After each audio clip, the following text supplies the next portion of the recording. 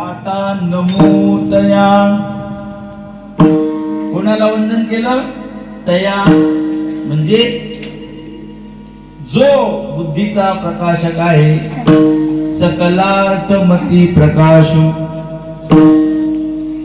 सकल अर्थ म्हणजे सर्व वस्तू आणि तिचं प्रकाशन करणारा, अर्थात बुद्धी सगळ्या वस्तूचं ज्ञान करून देते आणि त्या बुद्धीचा प्रकाश हा गणपती करतो.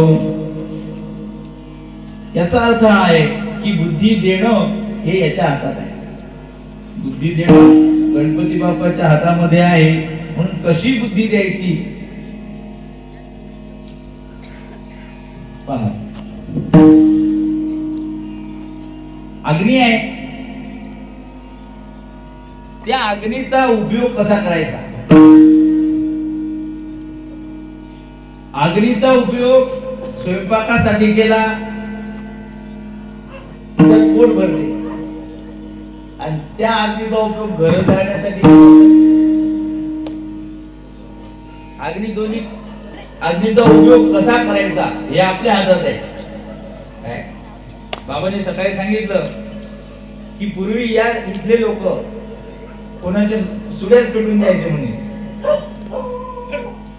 मग दुसऱ्याचा शेतमाल सुडी पेटवून देणं,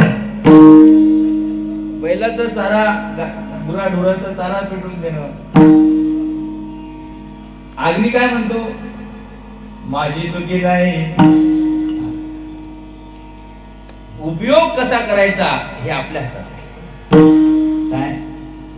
बुद्धी शास्त्रज्ञाजवळ आहे, निदाय का? पण त्या बुद्धीचा उपयोग समाजाच्या कल्याणासाठी जर केला तर नवनवीन शोध निघतात. नाही अनुभव तयार केला. आता अनुभव कशासाठी केला? भूगर्भामध्ये जे काही साठे आहेत ते साठे उघडे करण्यासाठी म्हणून त्याचा उपयोग आहे. पण तो अनुभव जर देश नष्ट करण्यासाठी वापरला तर तो उपयोग झाला का? बॉम्ब उपयोगी सुद्धा आहे आणि दुरुपयोगी सुद्धा आहे. काय?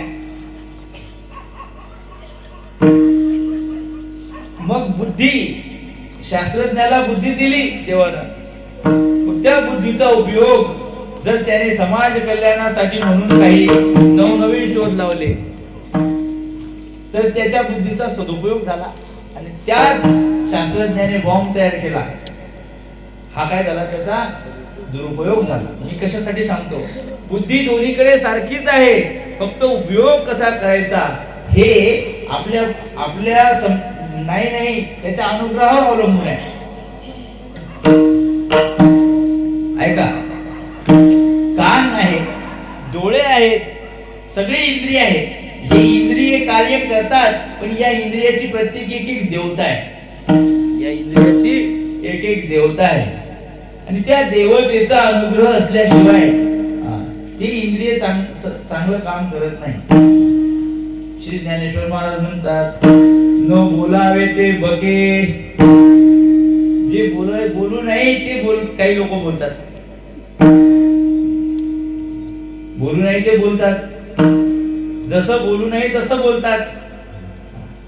मग कसं बोलावं? सत्यम ब्रूयात, असत्यम न ब्रूयात. सत्य बोलावं, असत्य बोलू नये. एक जण म्हणला माझं खरं आहे, पण सत्यम अप्रियम न ब्रूयात. सत्यम अप्रियम न ब्रूयात, किंतु सत्यम प्रियम ब्रूयात. सत्य आणि प्रिय असेल तरच बोल, अन्यथा बोलू नको.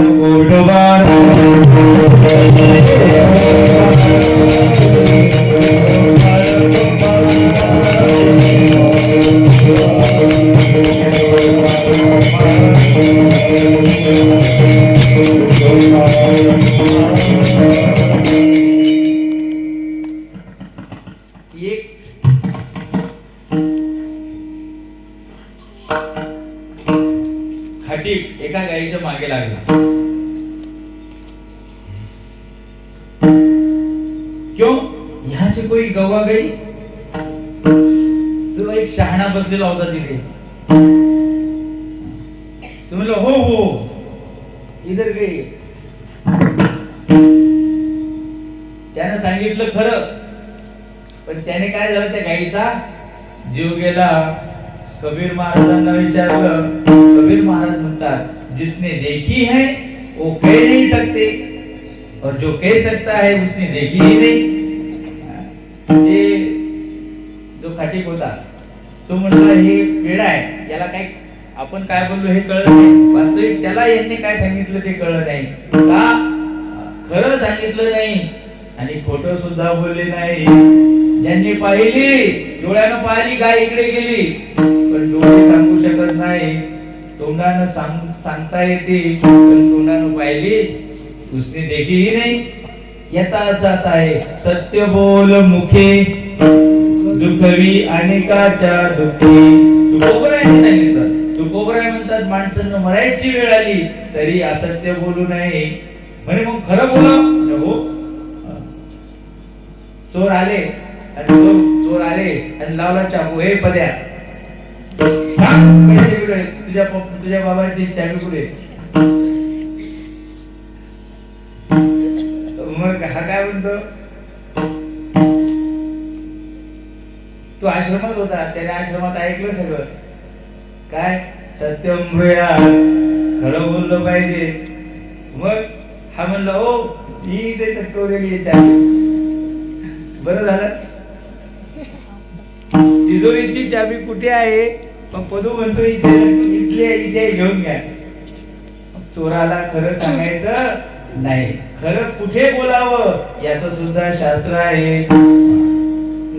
निर्वाणाच्या वेळेला, अडचणीच्या वेळेला नाही खरं बोललं तरी जीव वाचत असेल तर खोटं बोलायला हरकत नाही.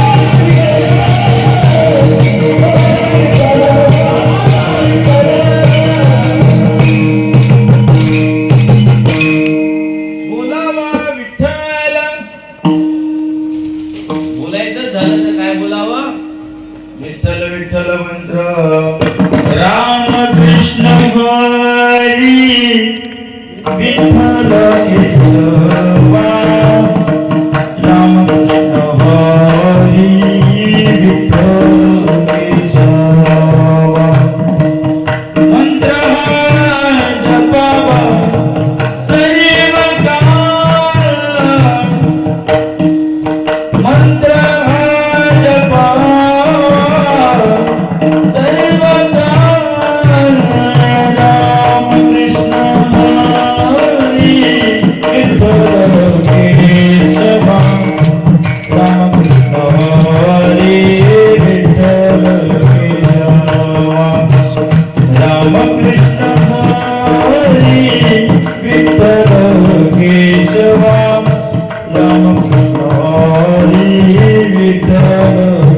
हे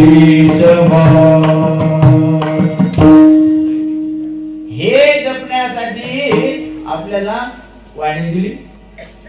मी आधी सांगितलं, जे बोलायचं नाही ते बोलतो, जे पाहायचं नाही ते पाहतो, नाही जायचं तिथे जातो.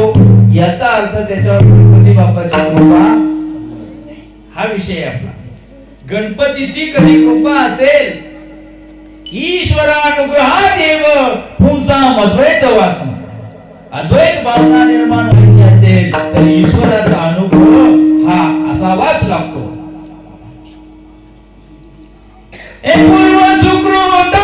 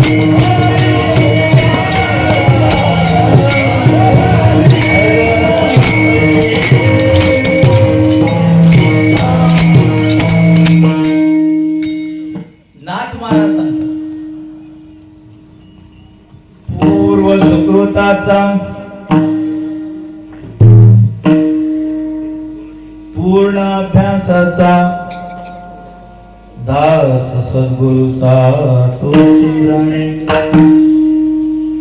तोची सकारात्मक शब्द लिहिला, त्याच्याशिवाय दुसरा कोणी जाणू शकत.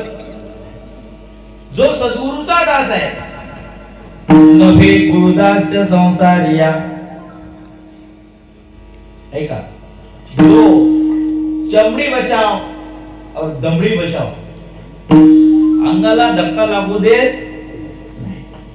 खिशाला तर नाही, खिशाला धक्का लागू देत नाही आणि अंगाला धक्का लागू देत नाही, तो माणूस समाज कार्य करू शकत नाही, देश कार्य करू शकत नाही, धर्म कार्य करू शकत नाही. त्याला लागेल तर समर्पण. सद्गुरू दास सद्गुरूचा यावर सांगतो मला. शिवाजी महाराजांना त्यांच्या गुरुनं वाघिणीचं दूध मागितलं महाराज. गुरुजी आजारी पडले. गुरुजी आजारी पडल्यानंतर वाघिणीचं दूध द्यायचं. बाजारात भेटते 40 रुपये किलो, लिटर 60 रुपये लिटर.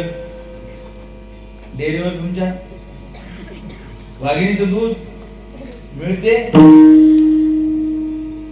प्राणाच्या मुलानं त्या बाबानं ते दूध मिळवलं.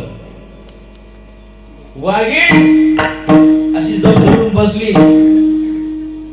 महाराज गेले. सोन्याचं पात्र हातामध्ये आहे. काळीच वाघाचं होतं महाराज. त्याला वाघीण काय करणार? शिवाजी महाराज म्हणजे काही साधे होते? वाघाचं काळीज असल्यामुळं महाराजांनी त्या वाघिणीला अशी नजर दिली आणि त्या महाराजांच्या नजरेनं त्या वाघिणीचंच काळीज त्या ठिकाणी विदीर्ण झालं. एवढं महाराजांची नजर तीक्ष्ण होती.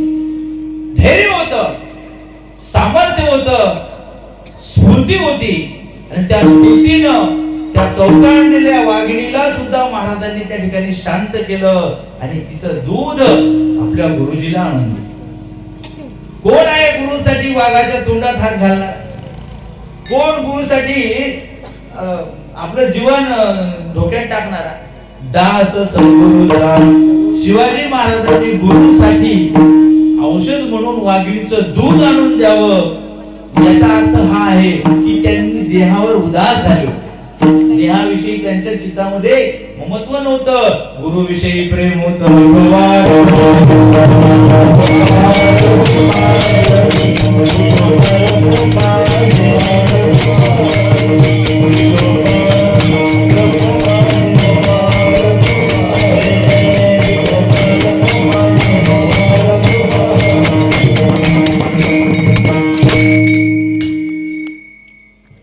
या देशात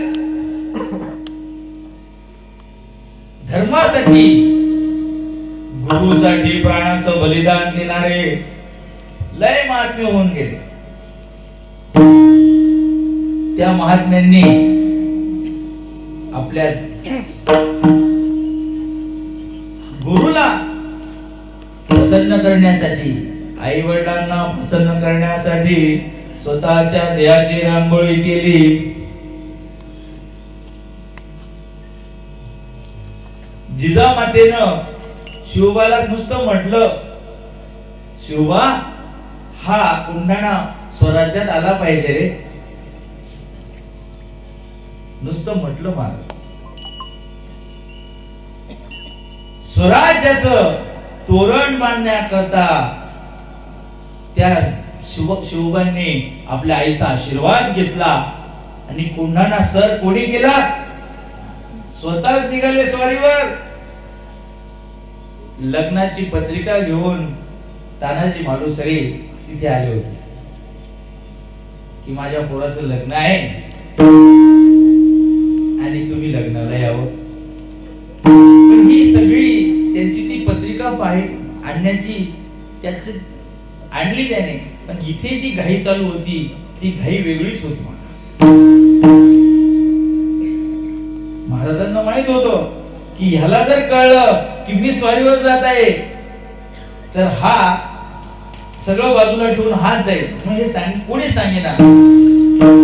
पण घरातला माणूस होता तानाजी. भाकरीतली भाकर त्यांनी लहानपणी खाल्ली. सगळे मावळे एकत्र केले, विश्वास संपादन केला, स्वाभिमान त्यांचा जागृत केलेला होता, धर्मासाठी बलिदान देण्याची शपथ घेतली होती. हे राज्य व्हावं ही श्रींची इच्छा असं त्यांनी स्वराज्य स्थापनेसाठी रायरेश्वराच्या मंदिरामध्ये रक्ताचा अभिषेक करून सगळ्यांनी प्रण केला होता. तोच एक त्यातला तानाजी होता. आणि तानाजीने पाहिलं महाराजांची चित्ताची घालमेल होत आहे, काय सांगू का नको, सांगू का नको. आणि शिवबांनी विचारलं जिजामातेला, तानाजीने की काय प्रकार आहे? अरे म्हणे तो शिवबा चालला म्हणे स्वारीवर. अरे आणि मी असताना शिवबा कशाला जाणार? शब्द दिला महाराज, आधी लगीन कोंढाण्याचं आणि मग रायबाचं. आलो परतून तर रायबाचं लग्न करीन, नाहीतर महाराज तुम्हीच माझ्या मुलाचे मायबाप. कोंढाणा सर करण्यासाठी प्राणाची आहुती देणारे मावळे ज्या माणसानं निर्माण केले, ज्या मावळ्याच्या मनामध्ये स्वाभिमानाचं बीज, स्वाभिमान ज्यांनी जागृत केला, धन्य आहे ते शिवाजी महाराज की ज्यांनी आपल्या मावळ्यांचा विश्वास संपादन केला आणि आपल्या आईचा विश्वास आशीर्वाद मिळवण्याकरता स्वतःच त्या ठिकाणी अनेक स्वाऱ्यावरती गेले. नाही स्वतःच्या देहाचं त्यांनी त्या ठिकाणी समर्पण केलं आणि याचमुळं हे स्वराज्य तुमच्या आमच्या पदरामध्ये या ठिकाणी पडले आहे. आज हे दिवस आपल्याला जे पाहायला मिळतात, परकीय संस्कृती एवढी त्या ठिकाणी बलवान तेव्हा होती. इराणचा सम्राट इथे आलेला होता. कुतुबशाही, निजामशाही, आदिलशाही या सगळ्या त्या ठिकाणी परकीय सत्ता इथे थैमान घालत होत्या. आणि अशा वेळेला हा धर्म जागृत ठेवायचं काम आमच्या साधू संतांनी आणि शिवबांनी केलं. अगर न होती शिवजी तो सबकी सुनत हो जाए अशी म्हण आहे. शिवाजी महाराज कधी नसते तर सगळ्यांना त्या ठिकाणी आता हे कीर्तन इथे करता आलं नसतं. हे सगळे उपकार त्या बाबाचे आहेत, शिवाजी महाराजांचे आहेत. कशासाठी सांगतो? दास सद्गुरूचा तोची जाणे. एक गुरुदास, गुरुचं दास्य करणारे शिवबा, आईची इच्छा पूर्ण करणारे शिवाजी महाराज हे स्वतःच्या देहाचं समर्पण स्वराज्यासाठी करतात आणि हे स्वराज्य त्या ठिकाणी निर्माण करतात. हे करण्याची जी जिद्द आहे, चिकाटी आहे, ही जे करण्यासाठी लागणारं जे अंगामध्ये बळ आहे, सामर्थ्य आहे, हे सामर्थ्य कोण देतो? सामर्थ्य हे देवता देत असते. म्हणून देवतेला वंदन आहे. देवतेला वंदन कशासाठी आहे? सामर्थ्य. भवानी मातेने शिवबांना तलवार दिली. भवानी मातेने शिवबांना तलवार दिली की ज्या तलवारीच्या बळावर शिवबांनी स्वराज्य निर्माण केलं. तलवार दिली न दिली पण प्रेरणा मात्र भवानी मातेची आहे. हर हर महादेव असं म्हणतात. जय भवानी असं म्हटल्यावर मावळ्याच्या अंगामध्ये जो संचार होतो तो कशामुळे होतो? देवतेच्या आशीर्वादाने होतो. मग आम्ही त्या देवतेचा जय जयकार करण्यासाठी काम करून लागावं. गणपती बाप्पा मोरया असं म्हणण्याकरता आम्ही लाजतो. का लाजतो? त्या नावाचा जय जयकार करायचा आणि ती केल्यानंतर मग त्याची कृपा त्या ठिकाणी प्राप्त होते. म्हणून अभंगातून महाराजांनी सांगितलं आता नमो दया. आम्ही त्याचं वंदन केलं, आम्ही त्याला नमस्कार केला.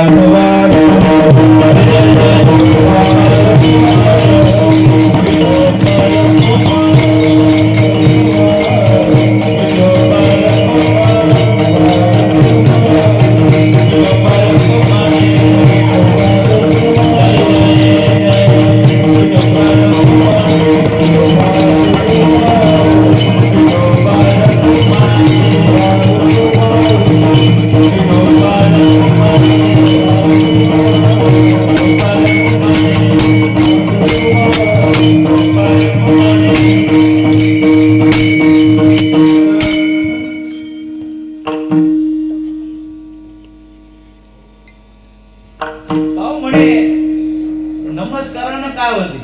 आता नमू नमू शब्द आलेला आहे. आम्ही त्याला वंदन, नमू म्हणजे नमन करणे. मग नमन करणे म्हणजे काय? न म्हणा, न मन म्हणजे आपलं जे मन आहे ते मन त्याला द्यायचं नाही. नाही आपलं मन ठेवायचंच नाही. आपल्या मनाचा कुठेतरी एक अंश शिल्लक असला तर गुरु कृपा करत नाही. हे मन त्याला देऊन टाकायचं. हे मन त्याला देऊन टाकायचं. मनोनिवृत्ती परमोपशांती सातीत वर्या मणिकर्णिकाच प्रवाहा विमला दिगंगा साकाशिका निजभूतरूपा. मन देवाला दिलं त्याचं नाव नमन. देवाला मन देणं याचं नाव नमन. या डोक्यामध्ये आता जे विचार येतील ते तुम्ही जे सुचवसाल तेच येतील म्हणून नमन आहे. आपण पाया पडतो फोटो काढण्यापुरतं आणि मनातच करतो. आपलं मनाचं सोडत. आता आपलं मन जर कायम ठेवलं, हा म्हणतो आंबा ती म्हणते चिंच, हा म्हणतो आंबा ती म्हणते चिंच, भांड्याला भांडे लागणार, संसार चालतो नाही. घरातली माऊली पतीच्या मता अनुसरे ती पतिव्रता आणि पतीच्या मनाच्या विरुद्ध वागत असेल ती मग चालती संसार बरोबर. त्याचं मन जे असेल त्या मनाला अनुरूप वागणे हे जसं संसारात तसंच परमार्थामध्ये. गुरु तोची शिष्य, शिष्य तोची गुरु, हा विचारू प्रगटला. कशासाठी सांगतो? नमन का करावं? नमनाचा बाबा नेहमी सांगतात की नमस्काराचं फळ आशीर्वाद आहे. नमस्काराची उत्तरीय अवस्था काय आहे? आशीर्वाद आहे. तुमचा शत्रू कधी तुमच्या पाया पडला तर तुम्ही त्याला आशीर्वादच देणार. काय देणार सांगतो तुम्हाला. भारतीय महायुद्ध सुरू झालं. श्रीकृष्णाने पहिली शिष्टाई केली. शिष्टाईमध्ये काय लिहिलं की हे काही चांगलं नाही. तुम्ही तुमचे कौरव तरी पांडव तुमचेच आहेत, आम्ही तरी तिकडे लांबचे हो. दुर्योधन काय ऐकायला तयार नव्हता. मी सांगितलं तुम्हाला, दुर्योगेन धनम संपादयतीस दुर्योधना. दुर्योधनाची बुद्धी चांगली होती का? नाही, त्याची बुद्धी दुष्ट होती. मग दुर्योधनाची बुद्धी दुष्ट आहे आणि धर्मराजाची बुद्धी चांगली आहे. कृष्णाने एकदा सांगितलं, कृष्ण म्हणे दुर्योधनाला काय सांगितलं? कृष्ण म्हणे दुर्योधना मानस जरा पाहून केली म्हणे रे सात्विक कोणी नाही कृष्णाएक सदा उकटे मानसे याचा द्रोह सज्जनासे दास म्हणे भगवान दृष्टीनेच सृष्टी होणे कृष्ण म्हणे दुर्योधना आलस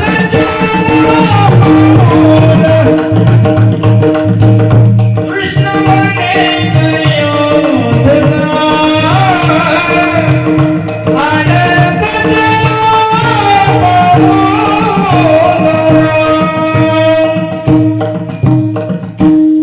दिसला दुर्योधनाला सज्जन.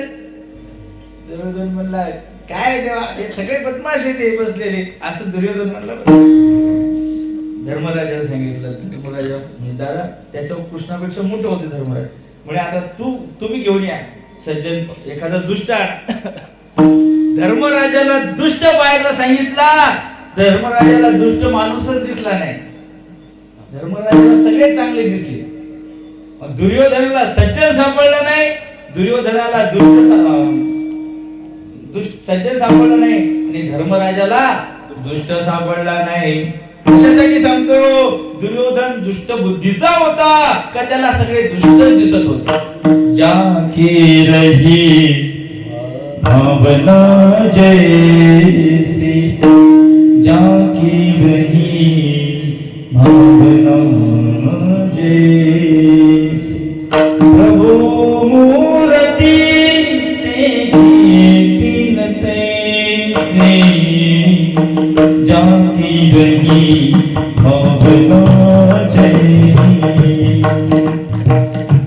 रामदास स्वामी म्हणतात, असे होतया अंतरी भाव जैसा वसे होतया अंतरी देव तैसा. जो ज्या भावनेनं पाहतो त्याला तसं दिसते. दुर्योधन दुष्ट बुद्धीचा होता, त्याला सगळे दुष्ट दिसत होते. पण धर्मराजा मात्र तसा नव्हता. शिष्टाई फेल झाली. 5 गाव तरी दे.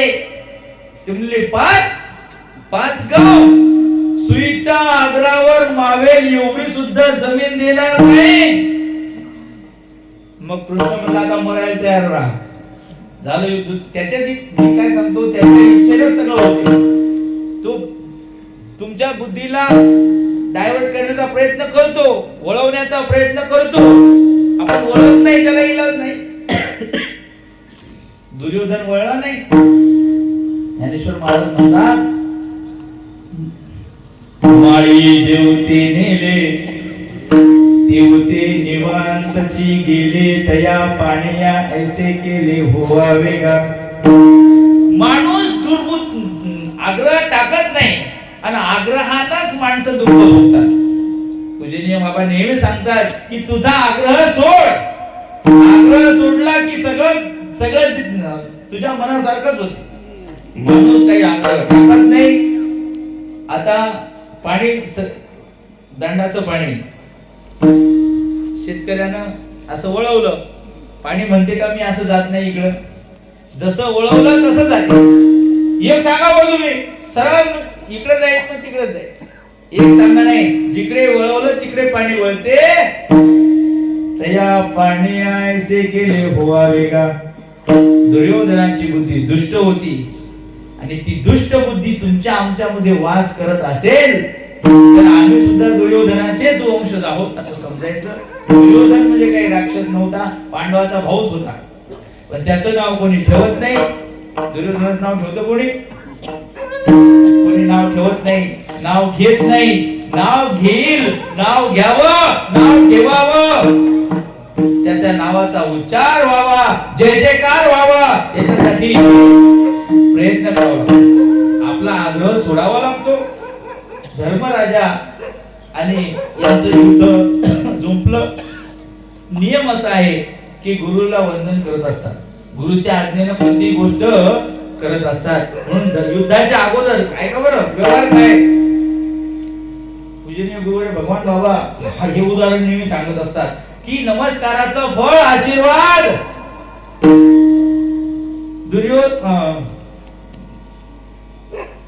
धर्मराजा रथावरून खाली उतरला. ऐका, धर्मराजा रथावरून खाली उतरला. दोन्हीकडचं सैन्य तयार आहे. सशस्त्र सेना आहे. सशस्त्र म्हणजे सगळे शस्त्र अस्त्र सज्ज आहेत. फक्त आदेशच, नुसता आदेश काढणे आणि शस्त्राचा वर्णन अशी स्थिती होती महाराज. अशा वेळेला धर्मराजा रथाच्या खाली उतरला आणि जसा उतरला तसा चप्पल काढली. आधीच चप्पल काढली आणि चालला तिकडं कौरवाच्या सेनेकडे. आता जे बदमाश होते त्याला वाटलं की आता याची घाबरली आणि आता हा काही युद्ध करत नाही, शरणाला वाटते आपल्याला. जसा गेला त्याचे गुरु द्रोणाचार्य भीष्माचार्य यांच्या समोर गेला आणि त्यांना नतमस्तक झाला.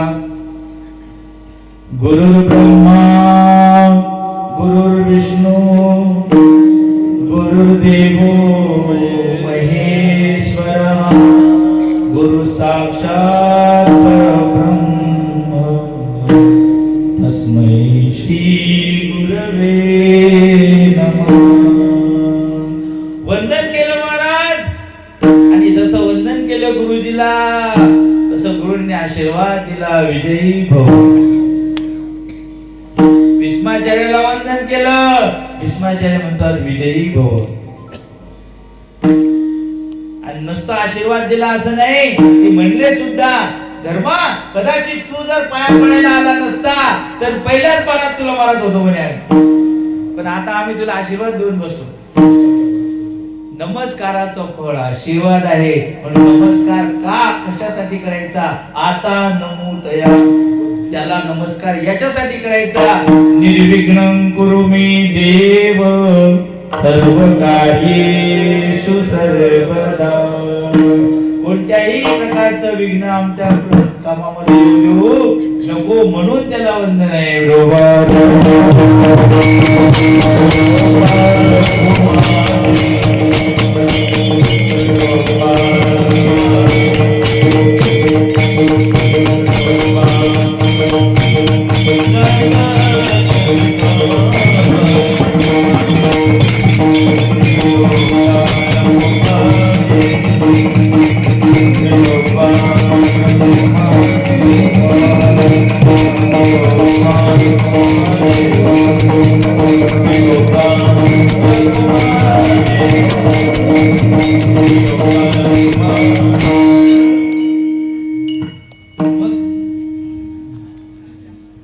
गणपतीला वंदन. आता गणपती कोण आहे आधी सांगितलं तुम्हाला. ज्ञानेश्वर महाराजांचे गणपती त्यांचे गुरु. आता विश्वात्मक तो माझा स्वामी श्री निवृत्ती राजा.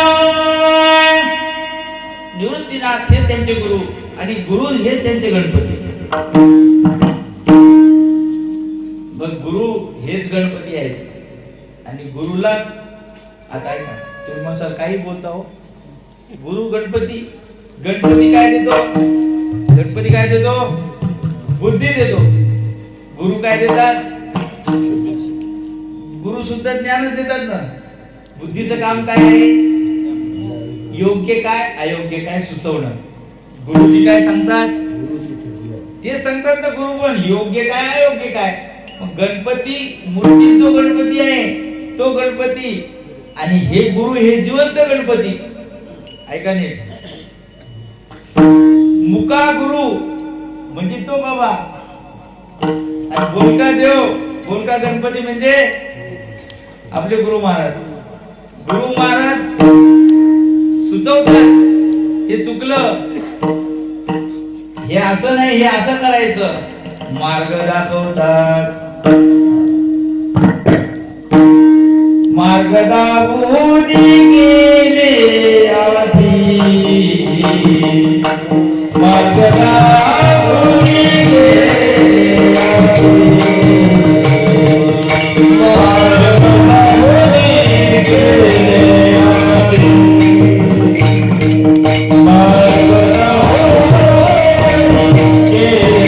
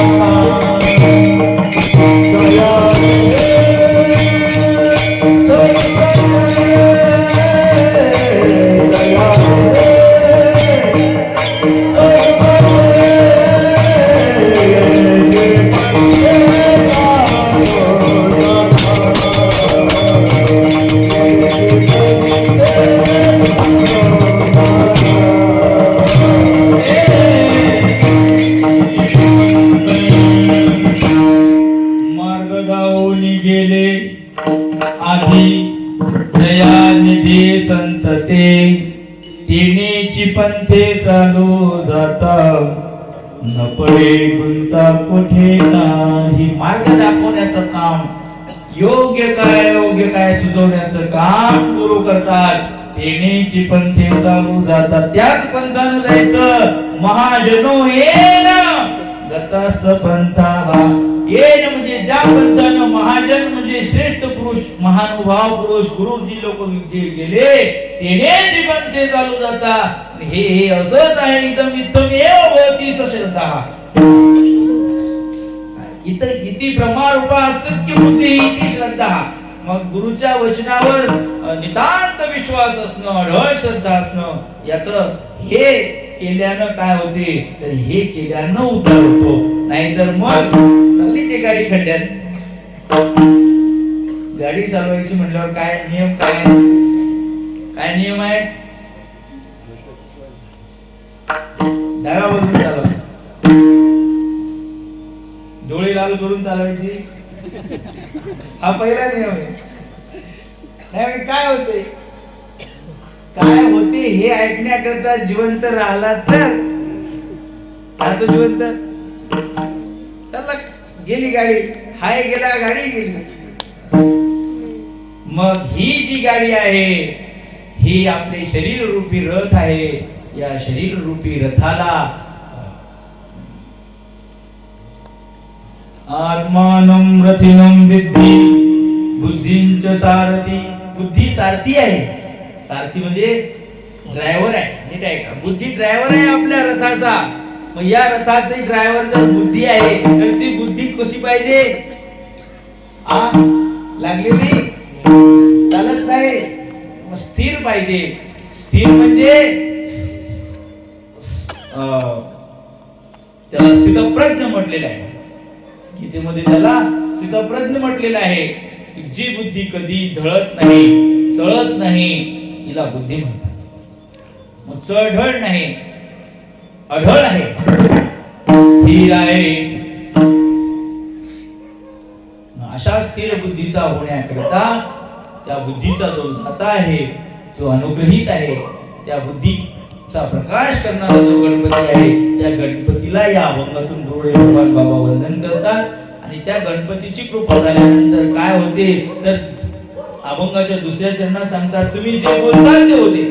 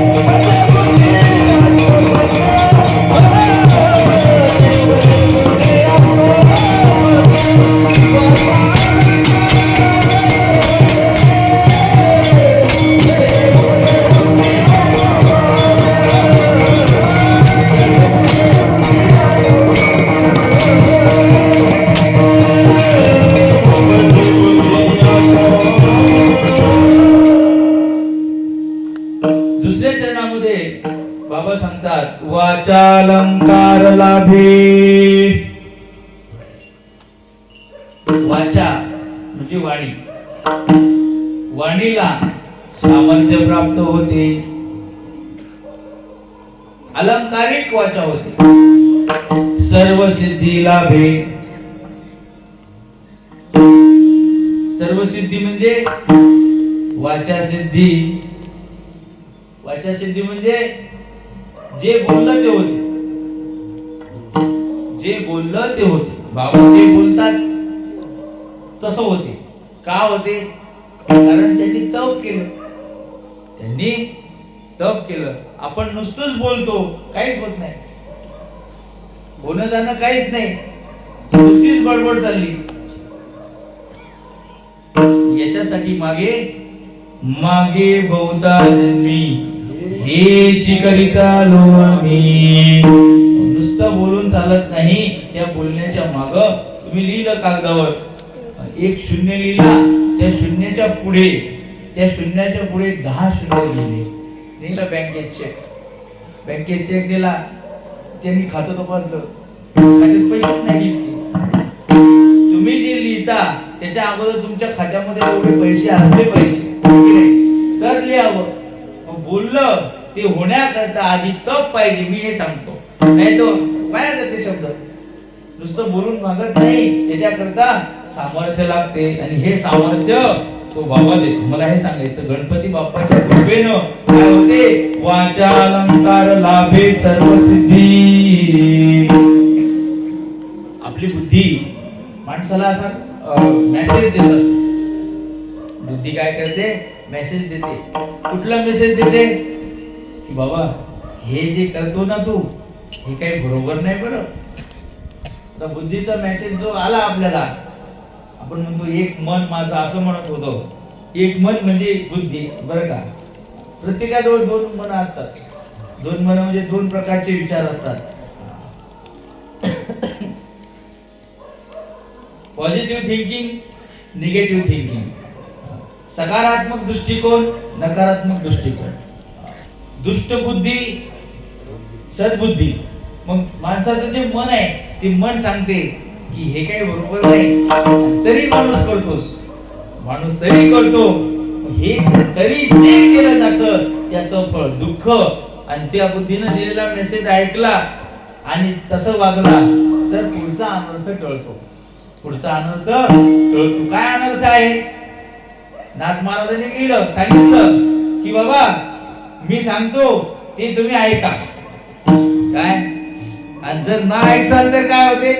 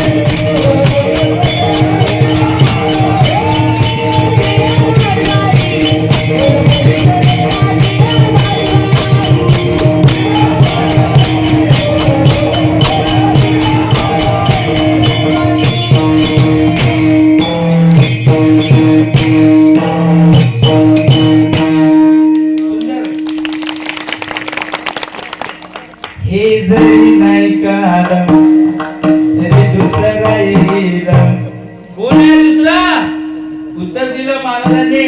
नाथ महाराज म्हणतात तो येईल सरळ ते शेवटी येईल बांधून घेऊन जाईल. नाही म्हणता येणार. ऐकलं तर बरोबर आहे की नाही? अगोदर ऐका. अगोदर म्हणजे काय वय आहे? त्या वयात ऐकलं तर त्याची गाडी आता रुळाच्या खाली जाणार, जाईल गाडी रुळाच्या खाली. आधी ऐकलं तर असं आहे, ना ऐकलं तर काही नाही म्हणत. नुसती हाय नुसती हाय रच्या पुढे ड. महाराज म्हणतात कसं होतं, कसं होतं हे करण्याची वेळ येऊ नये म्हणून आधीच बुद्धीनं दिलेला मेसेज आहे तो मेसेज वाचायचा. आला मेसेज पडू नाही, तिकडं पाहिलंच नाही, काय होईल? एक दिवस तो काळ येईल आणि तुला म्हणेल चल म्हणल्यावर मग काय तयारी आपली? काही तयारी नाही महाराज, सगळी तयारी माणसं करतात, सगळी माणसं तयारी करतात. कोणी असं म्हणत नाही की मला उद्या जायचं आहे.